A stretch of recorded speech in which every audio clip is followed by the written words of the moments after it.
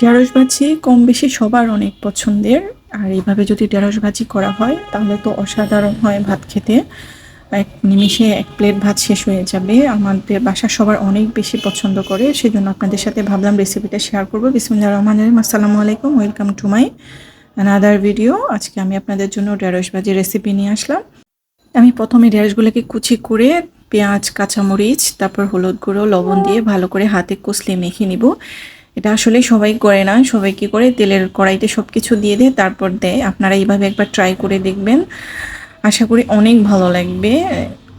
আমরা বেশিরভাগ দেখলাম আমার মা দাদিরা কিন্তু এভাবেই ঢেঁড়সটা কাটার পরে পেঁয়াজ, কাঁচামরিচ, তারপর হলুদ মরিচ করে এভাবে মেখে তারপরে ঢেঁড়স ভাজি করে। তো প্রথমে আমরা কড়াইতে তেল দিয়ে দিব, তেলটা গরম হওয়ার জন্য অপেক্ষা করব। তারপরে আমরা হাতে মাখানো যে ঢেঁড়সটা আছে সেটা দিয়ে দিব। আমার তেলটা গরম হয়ে গেছে,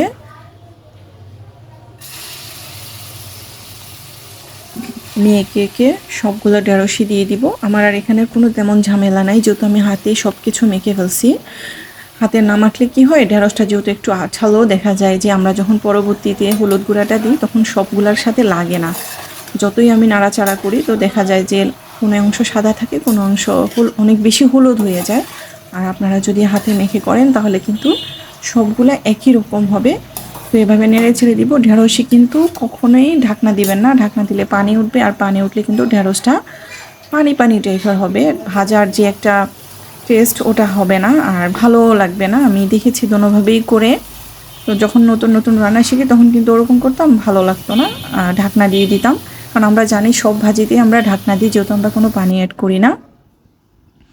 আমার ঢেঁড়স ভাজি হয়ে গেছে, দেখেন একেবারে অল্প হয়ে গেছে এবং কোনো আঠালো ভাব নাই, কালারও চেঞ্জ হয়ে গেছে। যেগুলো একটু বেশি ভাজি হয়েছে জাস্ট এগুলো একটু কালার দিবেন। আমরা এইভাবেই খাই, আপনারা জাস্ট এভাবে একবার ট্রাই করে দেখবেন, আশা করি আপনাদের কাছে অনেক ভালো লাগবে।